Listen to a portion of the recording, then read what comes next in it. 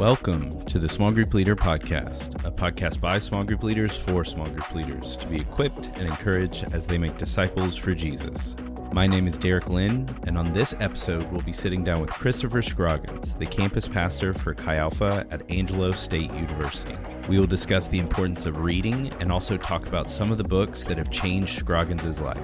But first, let's listen to Scroggins speaking on the importance of reading, recorded at the Great Lakes Forward Conference in 2019.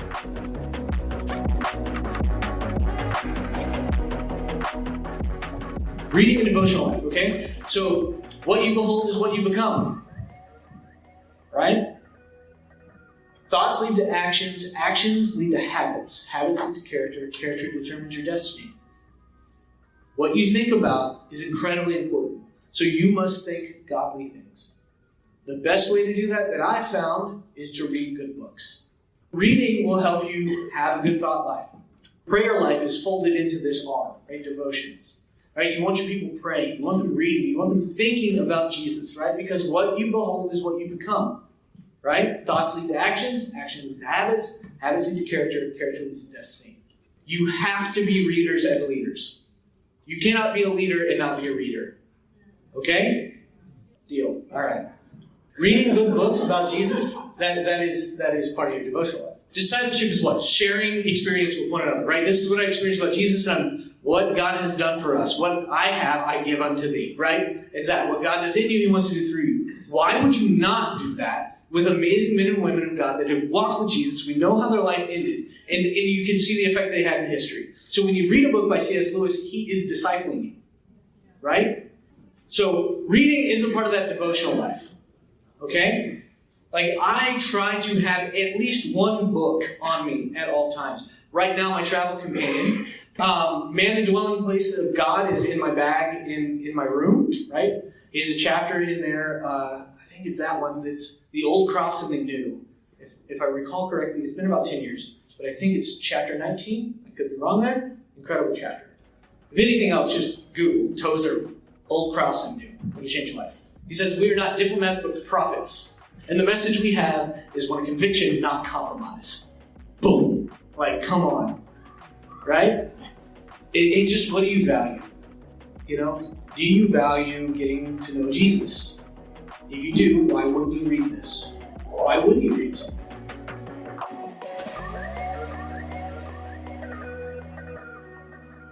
I'm getting to sit here now with Scroggins. How are you doing?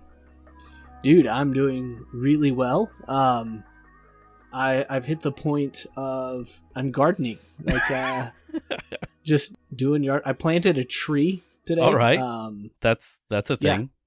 Yeah, it's gonna die because I planted it. Does it still count for Earth Day that you planted it, even if it dies a week later? Is that still okay? I hope so. Like, what does that say? Am I increasing or decreasing my carbon footprint at that point? I don't know. But I guess it depends on if it dies of natural causes or if you run over it with a car. That might change the carbon footprint. I don't know. So what I've learned is that lemon trees are a personification of my character. Not only are they sour and dislike cold weather, but they also have thorns, so it's great. Yeah, I think that is a perfect segue into this delightful podcast interview with you, and I think everyone will for sure listen to the next 20 minutes. 20 minutes? You're optimistic. Yeah, you're right. This is going to end up being like an hour and a half edited down into 30. So, anyways, edited by necessity. So, to kind of start off looking at reading and books and everything that we're going to be talking about, I wanted to start off by asking, why do we read? What value does reading give us? I first of all want to point out the irony of asking the guy that took 10 years to get his bachelor's degree from Sam Houston State University. Hey, that's a tough school, all right? That is the Harvard of Walker County. I just the irony of that, I need to point that out. I'm sorry. But why reading? Why not? I just don't understand why people wouldn't read. Yeah. Like, you can, there's just so much there. There's so many books. There's so much to learn, and so many adventures you can go on without even leaving your comfy chair. Yeah. You know what I mean? Yeah.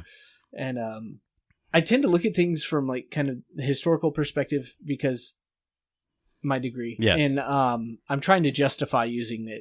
I'm trying to justify the decade of getting a degree in history by using it whenever I can, no matter if it's appropriate or not. But I mean, I think of like the generations, the millennia of humanity that couldn't read, never had the opportunity to even learn, didn't even know that there was an alphabet, and like here we are now where all of humanity's knowledge is on this little like, screen that we hold in our hands. Yeah. Like you can literally learn about anything. Like I planted a lemon tree. Yeah. And I did it by Googling, how do you plant a lemon tree, And you know what the answer was? Dig a hole in the ground and stick it in there.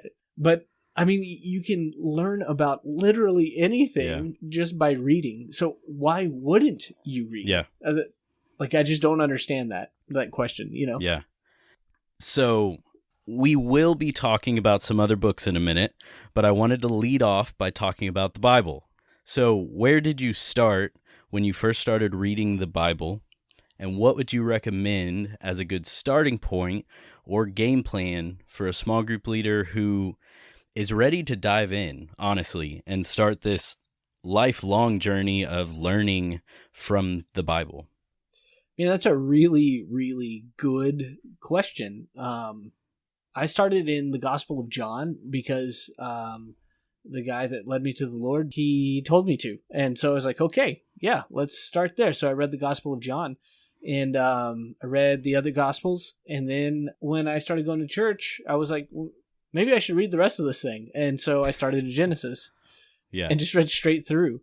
Honestly, on my first read through, I enjoyed Judges the most. I think Judges just felt more like a comic book to me, and so as far as where I would recommend somebody start in a gospel, John is great because the narrative's really easy to follow.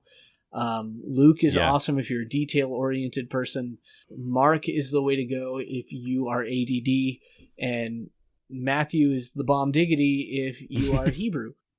So, but outside, once you get started, man, it's just pick a spot and start going, and find what grabs you and hits you and just keep reading, you know? It's not going to hurt you. It's the Bible, So, I guess that just start in the Gospels and then branch out from there. Yeah, that's awesome. So I wanted to ask this. How do you find a balance between taking time to read the Bible and then also reading everything else outside of the Bible? Yeah, that's a great question. I would object to the underlying premise where it seems like it's an either or, when for me it's a both and. So when I look at this question and when I think about this question, the feeling to me is like asking, how do you find a balance between reading the Bible and spending time with your wife? Yeah. How do you find the balance between reading the Bible and spending time with your friends and family? Mm-hmm. Because the reading everything else piece is me hanging out with people. Yeah. I can have some semblance of a discipleship relationship with George MacDonald or with Frank Borum or any number of writers, and they can share with me their thoughts and their experiences as they pursued Jesus through their life. And that's the same thing that we do in small group. That's the same thing that we do in that's the goal of fellowship, right? Is to share our experiences with each other and spur each other towards greater godliness. And so like the false dichotomy here is annoying. But I understand what you mean, because there are those people that are like, well, I only read the Bible, and their attitude is like, it was good enough for them, then it'll be good enough for me. But that's a really bad view of history, because in those times, those people that only had the Bible, the odds are they couldn't read it. And so they had people reading the Bible to them, and interpreting the Bible. And those were people that they spent time with and discussed the Bible with, which is exactly what you do when you read the books outside of the Bible. It's like C.S. Lewis is discussing his take on, the fall of man. Yeah. You know what I mean? Yeah, no, for sure. And that's what that rabbi relationship was. That's why these teachers of the law were so venerated and held such high status, is because they spent time with the people and explained the Bible to the people. You know what I mean? No, yeah. And so these things, like, to me, they go hand in hand. And so if you take away one, then you lose the other. Yeah. Right? Yeah. Because everyone on this planet has read through their Bible and then gotten to a point where they're like, I don't even know how to interpret this. What does this even mean? How do I reconcile this with the rest of the Bible that I've read? Yeah. Or you're like, did I read that right? Should this be in here? Yeah. In how do you get through those moments? You go to somebody else, right? Mm-hmm. So you pull a book off the shelf and read, Matthew Henry's commentary, although the seminarian geeks would say that that's terrible to read, but whatever. Or you call your friend that's in Bible college, or Google the answer. Google the scripture and see what pops up. You see what I mean? Yeah. I guess I'm not answering the question because there's not a balance to be found. Yeah. Like the two go hand in hand. Yeah. So you were actually, in my life, one of the core people at the beginning of my walk with Jesus after I got saved that I really looked to and watched, and you helped show me how not just to be saved, but how to actually walk out what it means to be saved and be a Christian after. And one of the things that you were a huge person in helping me develop is this love for reading. So I wanted to ask you, as a discipler, what have you done to maybe try to instill a love for reading in your disciples and in your relationships with them? I kind of approached reading like advertising. Yeah. So I always have a book with me. Always have a book in my bag. At least one, usually two. And so whenever I would, run into somebody, or I'm, having lunch with somebody or whatever, I'd pull out my book and I'd read, like, dude, I just read this excerpt. Check this out. And I'm really excited about what I read. And then I read it to them, and I'm like kind of sharing how it hit me and unpacking it a little bit. Yeah. And then I close the book, and then I put it back in my bag, and I don't bring it up again. Yeah. For the rest of the meal, because I'm trying to make them hungry, Yeah. And I don't want to waste my time with people that aren't hungry to read. Yeah. And so I just try and see if people are hungry. And you were one of them that was. And then, when somebody shows that, like, oh, what was that thing that you talked about the other day? Then you're like, oh, it was from this book. And then you got to be ready to part with the book. Yeah. That's where it starts to be painful. So we're going to get to it, but my favorite book of all time, it's Christ of the Indian Road. It's like absolutely my favorite book. And my wife would get so mad at me because I think I gave away something like 13 copies of the book before she had a chance to read it. Like, we just kept buying it and I kept giving it away. Yeah. So finally, for like an anniversary, she made me buy her a really nice copy and was like, see, this is mine. You can't give it away. Yeah, I felt bad. It was like years of her going, where's that book? And I'm like, oh, oops. So yeah, that's mainly how I did it, is sharing what I'm excited about, and then being willing to let go of the books that I love and just buy them again. Okay, so I want to now start looking at your favorite books. You've already mentioned the first one, Christ of the Indian Road by E. Stanley Jones. Why is this your favorite book? Oh, dude, you just have to read it. Like, I can't put it into words. But dude, I remember, like, I'm not an emotional guy. I'm not, Yeah, I'm a bit more Spock than I am anything. And when I first read this book, I wept. Yeah. Like I wept my way through it. It's just beautiful. And some books, they start really strong, and then kind of fade. Yeah. But E. Stanley's just gets better and better and better. I mean, this book is just incredible. Yeah. And there's not enough things that I can say about it.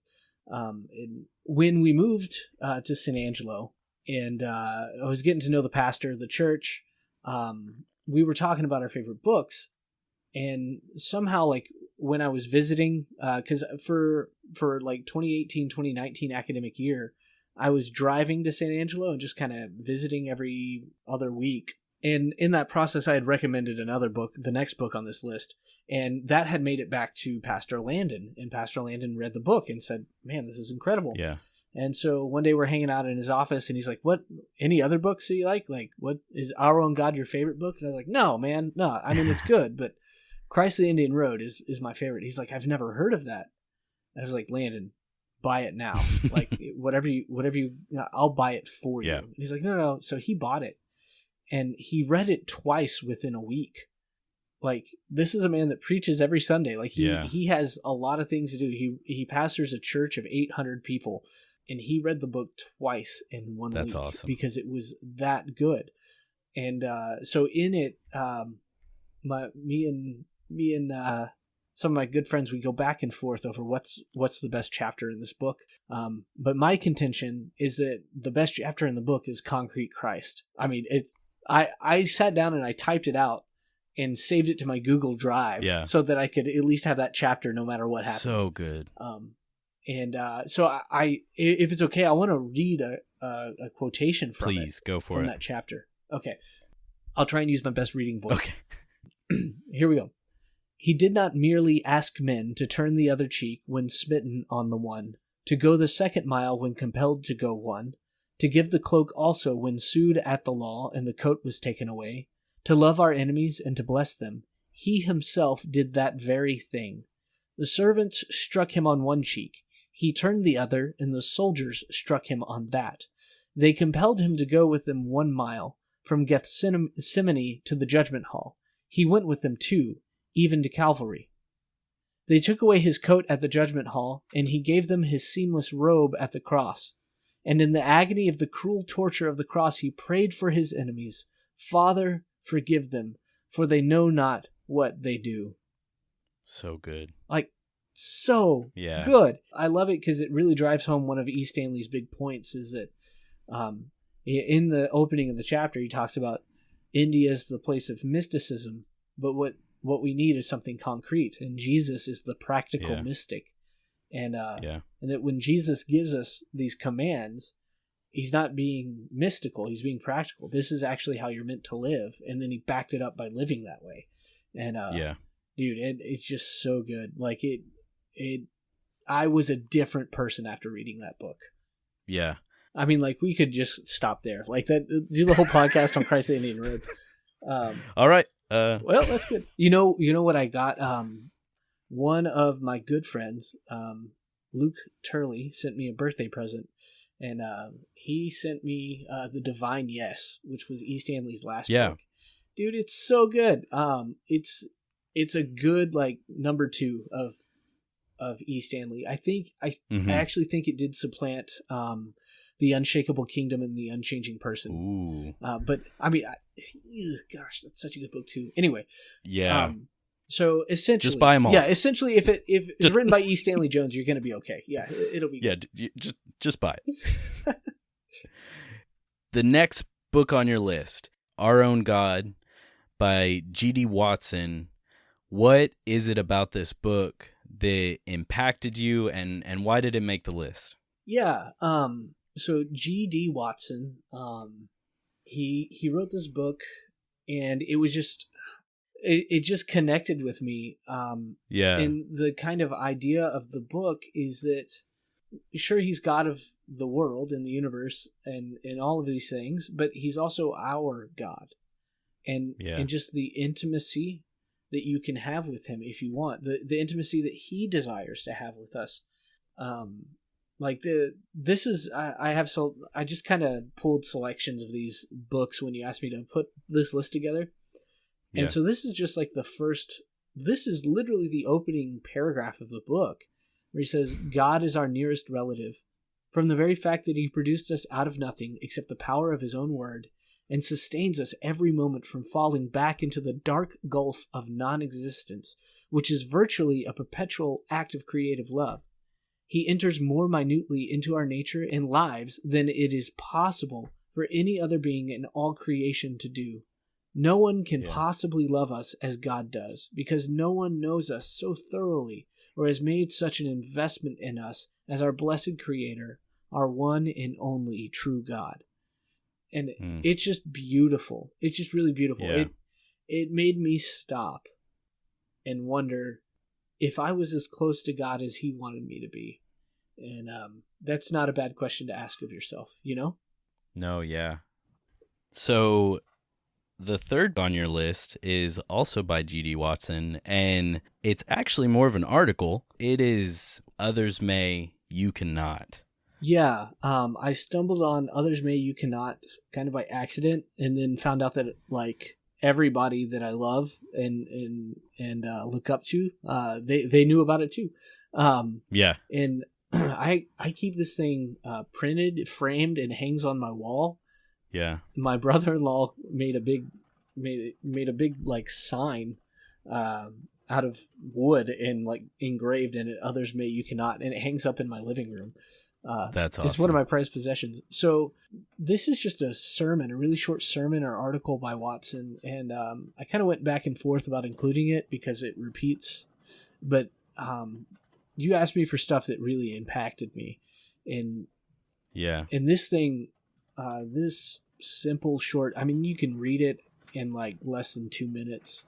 It changed everything for me. It made all of the hard times, the failures, the difficulties that you come across in full-time ministry or even in small group leadings. I mean, gosh, I wish that somebody had handed me this my first year leading a small group when I had that one guy that didn't listen to me, and dude, literally, he just like would play my guitar for 30 minutes and then leave. And like, you know, and I saw all my friends have these successful small groups.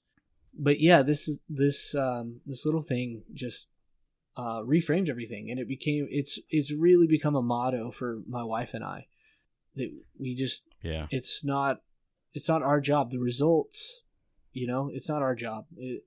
It's our job to just be obedient to the Lord, and that's the main thrust of this thing. My favorite little block, stanza, paragraph, whatever it is, says, the Lord may let others be honored and put forward and keep you hidden in obscurity, because he wants you to produce some choice, fragrant fruit for his coming glory, which can only be produced in the shade. Yeah. He may let others be great, but keep you small. He may let others do a work for him and get the credit for it. He will make you work and toil on without knowing how much you are doing. And then to make your work still more precious, he may let others get the credit for the work which you have done, and thus make your reward 10 times greater when Jesus comes. And I mean, it's just like, that's basically the whole theme of the thing. And the Lord's definition of success for your life is obedience to him. Yeah. All right. Number 4 on the list, Knowledge of the Holy by A.W. Tozer. Man, old Tozer. Man, I love Tozer. He kind of has that folksy, you know, straight talking, just give to him honest, you know, air about him when he writes. Yes.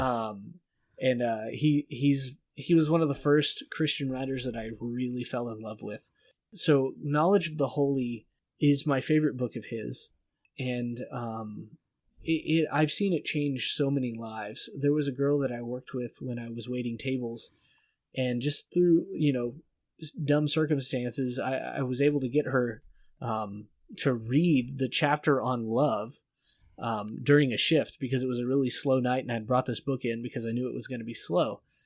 Yeah. And I remember coming back, you know, to the service alley where she was reading, and she was like weeping. She was just crying. And she didn't know Jesus, right? But then you know, the next week she was in a small group, and then a couple months later, she got saved. And then a year after that, she graduates, gets married, and her husband, who was her boyfriend at the time, that got saved because she got saved, they helped plant a church, and yeah, I mean, that's awesome. That's like the cascade effect of just, hey, you should read this book. And I remember I ended up just giving it to her when I saw her crying, and she was like, no, I can't take it. And I'm like, yeah, you can. It's really easy. But I just love the chapter on love. I think it's the best chapter in that book. But the whole book is really good because all it does is talk about like God's character and his attributes. And and I think that's something we need right now, because it's really easy for us to, have kind of our Christian humanism and forget that we need to focus on his character more than we focus on anything else. But the line where he says, if nothing in us can win thy love, nothing in the universe can prevent thee from loving us. I remember reading that and thinking that was the most freeing statement that I think I've ever read. Outside of like the Bible, it was just one of those moments where it was like, you're right. I didn't win his affection. I'm not the cause for his love. He is the cause. And because he has just simply decided that he's going to love me, it's a really comforting thought. Yeah. So that was number 4 on your list. Why don't you tell us about what you put down as number 5? Yeah, number 5 is The God They Never Knew, The Tragedy of Religion Without Relationship by George Otis Jr. And this one might, pick some fights, but it is one of my favorite books. The chapter on sin, I think, is the best chapter on sin that I've read. He just breaks it down. I mean, like he's almost like a lawyer. He defines what it isn't, and then he defines what it is. And man, that was like life-changing, and it helped me understand the depth of my depravity, and in the most healthy way possible. And just the whole book's really, really, really good. I've read it like 3 or 4 times in my life now. Yeah. But it was a life-changing book, and I've bought it for a ton of people, and I think a ton of people should read it. So, that's why it's on the list. So the next one, I saw it on here, and because I hadn't read this before, went to Amazon. The Kindle book of the entire thing was like $2, and downloaded it on my Kindle and started reading some of it, and it is so good. It is Francis Thompson, his poems. Yeah, when I was in the Czech Republic, for some reason I started reading poetry. Yeah. And I've never been a poetry guy, but Francis Thompson is my favorite.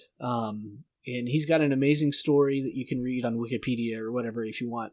And you should all go do that. Yeah. But my favorite poem of his is Kingdom of God. But the one that probably most people are familiar with is The Hound of Heaven. And he's just got some amazing just lines in Hound of Heaven that you can read on your own. But the thing that took me a bit with poetry is you have to like ruminate. Yeah. You have to take your time with it. And so this was the kind of thing I'd read through it, and then I'd go and take a walk or go sit in the backyard for a little bit and just think about what I read. And the amazing thing with it is that the more that I've tried to plumb the depths, the deeper I find it is. And so the Kingdom of God is the name of the poem that's my number 1. And the basic thrust, like the idea is that we don't need to be seeking God in these high and heavenly places because we'll find him right where we are. Yeah. The idea that Jesus isn't in the heavens, he's not in some book, he's not far off in history, but he's actually right there with us. So Francis Thompson lived in London, and so he found Jesus walking along the River Thames. He didn't have to go to Israel to find him, Jesus is right there, right with us. And it's beautiful.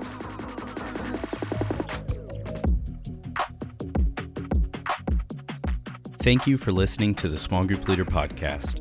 Our goal is to equip and encourage you as you go out and make disciples who make disciples.